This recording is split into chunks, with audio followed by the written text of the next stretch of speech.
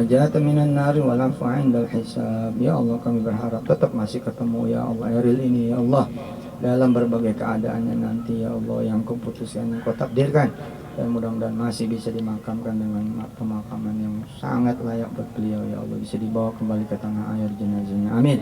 Wa sallallahu ala nabiyyina wa maulana Muhammadin wa alihi wa ashabihi ummati walhamdulillahi rabbil alamin. Al-Fatihah. A'udzu billahi minasyaitonir rajim. Bismillahirrahmanirrahim. Rabbi firlana wa liwalidina amin ya Allah. Yang menjalankan gaib adalah jemaah haji 2022. Amin. Yang menjalankan gaib adalah jemaah haji insyaallah dari Daku Travel dari Indonesia 2022. Mereka adalah tamumu ya Allah, maka jangan ditolak doa-doanya ya Allah. Jangan ditolak ya Allah. Mereka juga nanti di sana bakal sering nyolatin jenazah. Maka mudah-mudahan ini juga menjadi rangkaian manasik, menjadi rangkaian ilmu yang bertambah-tambah lagi keutamaannya. Ya Rafa'illahu.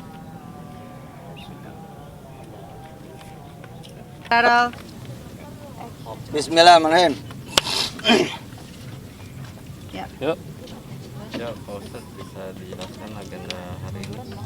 Ya, hari ini alhamdulillah dengan izin Allah ada manasik haji untuk jamaah haji Darul Quran, pesantren Darul Quran, Daku Travel, yang alhamdulillah dengan izin Allah manasiknya di kediaman kami di Tangerang, di pesantren Darul Quran. Ada Ka'bahnya ya. Alhamdulillah. Nah, di tengah-tengah kemudian manasik dengan izin Allah Subhanahu wa taala, karena di sana juga nanti di tanah suci setiap nanti sholat fardu biasanya subuh, zuhur, asar, maghrib, isya itu memang sholat jenazah. Nah, jadi sekalian dengan izin Allah di sini kita sholat gaib gitu buat Ananda Eril almarhum, putra dari Bapak Ridwan Kamil dan Ibu Atalia. Berharap mudah-mudahan doa-doanya calon jemaah haji, nah beda nih calon jemaah haji ya, itu tamunya Allah ya, mudah-mudahan menambah nanti ke husnul khatimahan Eril, dan kami husnuzon kepada Allah dan sekaligus berbaik sangka dan berdoa bahwa Eril insya Allah wafatnya emang husnul khatimah dan syahid. Pertama, beliau dalam keadaan safar. Kedua, safarnya atau perginya itu kan mau studi kan, S2. Nah, sedangkan ada hadis kan, setiap orang yang nuntut ilmu atau kerja atau urusan yang baik-baik, maka dari mulai rumahnya nanti hatta yarji'a sampai dia balik itu dihitung jihad fisabilillah. Dan bila kenapa-napa nanti dihitung insyaallah mati syahid. Shallu ala Nabi Muhammad. Insyaallah, dan mudah-mudahan semua jemaah haji yang berangkat dengan tenang, aman, selamat, panjang umur, sehat. Dan di sana jangan lupa doain bangsa dan negara Indonesia. Saya sendiri waktu mendengar kabar dari Gubernur Bandung seperti apa sih?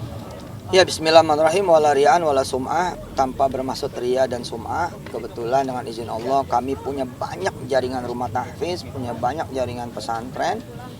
Nah, kami langsung pasang kuda-kuda, langsung pasang nawaitu dan melaksanakan doa bersama.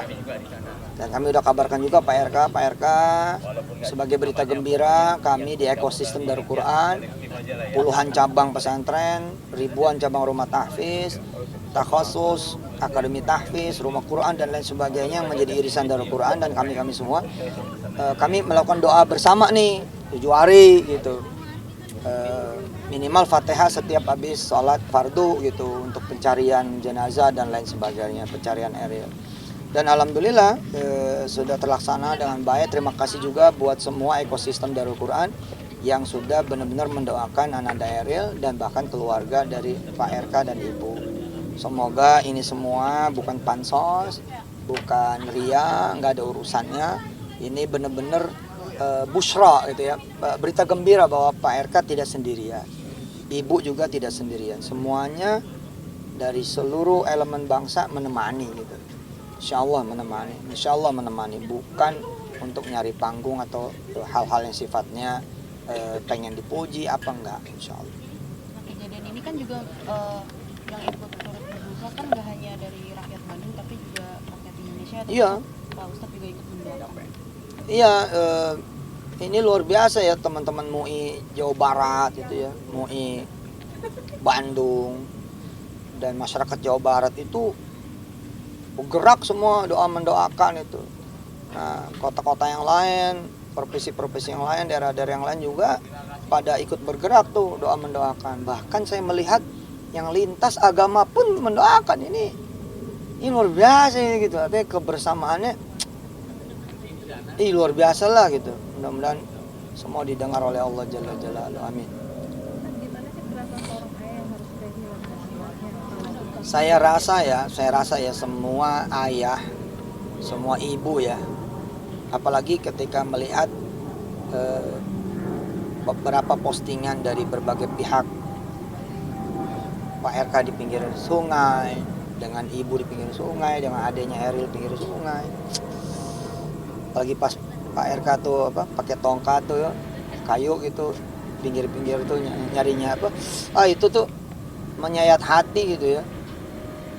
Dan menyadarkan juga seperti saya misalkan, iya ya, kebersamaan saya dengan anak gimana nih gitu.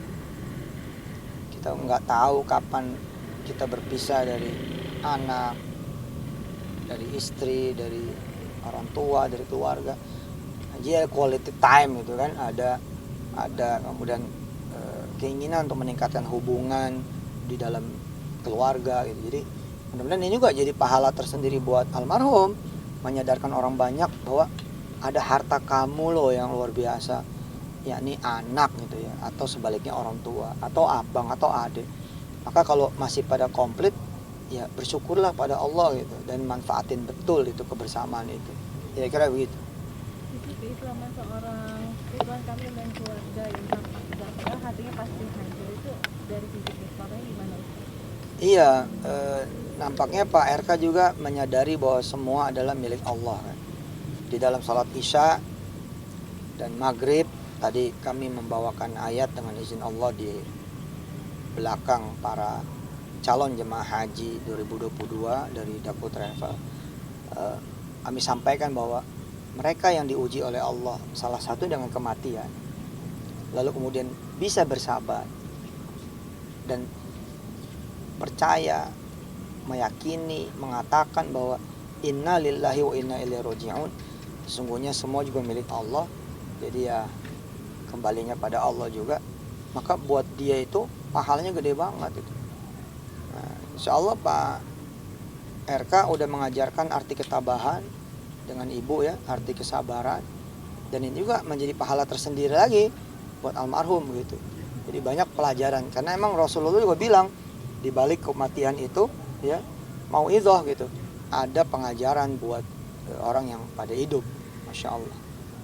Postingan RK lihat nggak Ustadz yang dia menitipkan jasadnya di sungai, itu sempat lihat nggak? Iya, saya lihat itu. Dan itu emang komunikasi dengan alam ya, dan komunikasi dengan alam itu emang dibenarkan. Jadi kayak harusnya emang nggak perlu nunggu meninggal gitu kan. Kita nganterin anak nih ke kampus, kita nganterin anak ke pesantren, kita nganterin anak ke tempat wisata gitu, kita nitip itu dengan izin Allah, kita ngomong ke alam gitu kan, titip anak saya ya gitu, hutan gitu, titip anak saya ya gitu. Ya, insya Allah itu sesuatu yang baik dan menyentuh itu. Dan kita kan juga diajarkan memang ngomong sama alam kan, kita ngomong sama pohon gitu kan, pohon berbuah dong gitu. Ntar kalau berbuah ntar saya bagiin sama tetangga gitu. Jadi emang banyak pernak-pernik dari hilangnya Eril hingga dinyatakan wafat yang menjadi pelajaran buat bangsa Indonesia, buat saya khususnya. Ustadz, sempat juga beredar video mengenai Pak RK yang melantunkan azan di pinggir sungai. Pendapat Pak Ustadz gimana? Iya, azan ini ada hadis ya, tidak digunakan memang untuk persoalan manggil orang sholat doang. Tapi azan ini juga dilantunkan salah satu di antaranya ketika musibah gitu. Ketika kemudian musibah. Itu hadisnya ada ya, dengan izin Allah Subhanahu wa taala. Jadi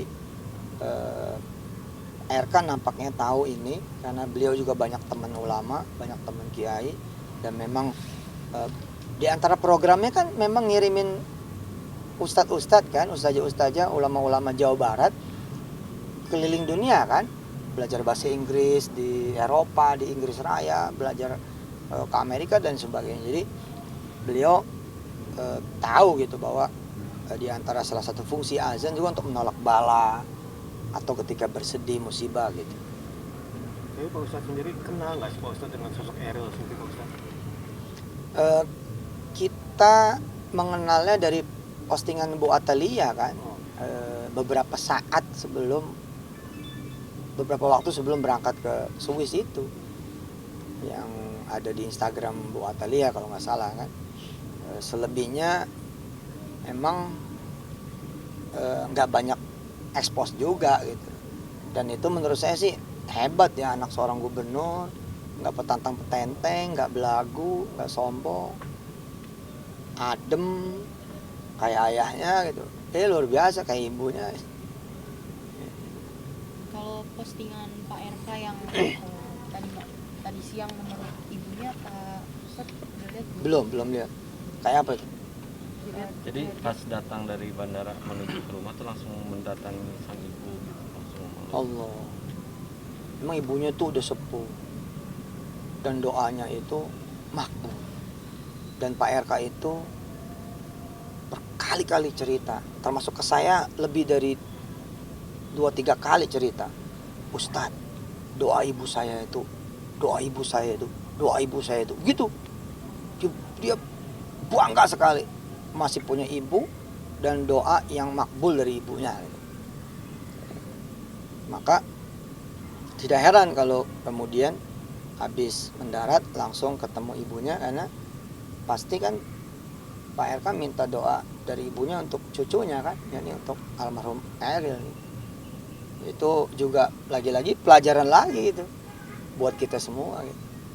Allahu Akbar. kalau Pak Ustadz ada kenangan sendiri nggak dengan Pak RK? Kalau mau Pak RK mau banyak. Asli saya banyak kenangannya sama beliau. Banyak. Sebelum jadi wali kota bahkan. Artinya ketika memang beliau menjalani profesi sebagai konsultan, arsitek, desainer gitu. Di antaranya saya masih ada tuh. Beliau dulu pernah membuatkan saya future building. Ustadz, nanti gedungnya kayak gini. Ini punya Ustadz. Wah gitu. Ada gedung tuh yang digambar oleh beliau, Masya Allah tuh.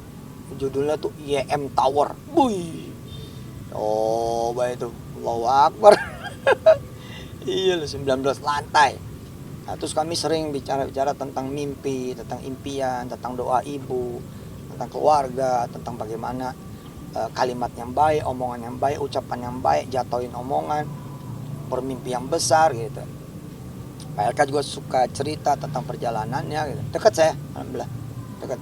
Pernah juga motoran dari Bandung ke Garut waktu itu.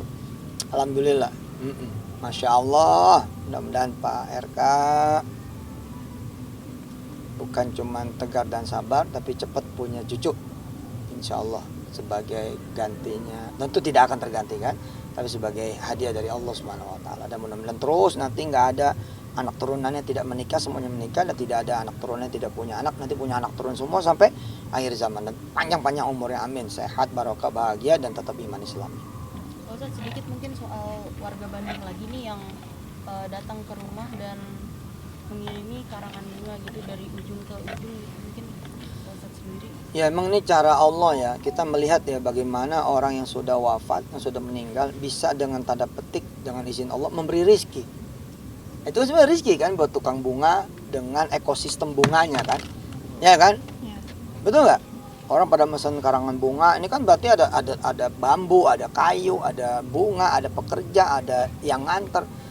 Ini emang indah cara Allah memberi rizki juga gitu. Dan juga indah cara Allah mengajarkan kepada kita semua tentang bagaimana caranya berempati dan bersimpati. Walaupun mungkin ada yang bilang, ya nggak usah karangan bunga lah, langsung sedekah aja. Enggak lah, saya pikir kan cinta juga perlu dinyatakan, keprihatinan perlu juga dinyatakan, duka cita, sukacita, senang, susah. Ya kadang-kadang memang perlu dinyatakan, dideskripsikan, digambarkan, entah itu lewat lukisan kah, lewat puisi, lewat nyanyian, lewat apa gitu, kidung dan lain sebagainya, termasuk ya ucapan bela sungkawa dalam bentuk karangan bunga. Saya sendiri nggak mengirimkan ini, tapi kita mengirimkan salat gaib di seluruh ekosistem Darul Quran dengan izin Allah, dan doa-doa serta khataman Quran.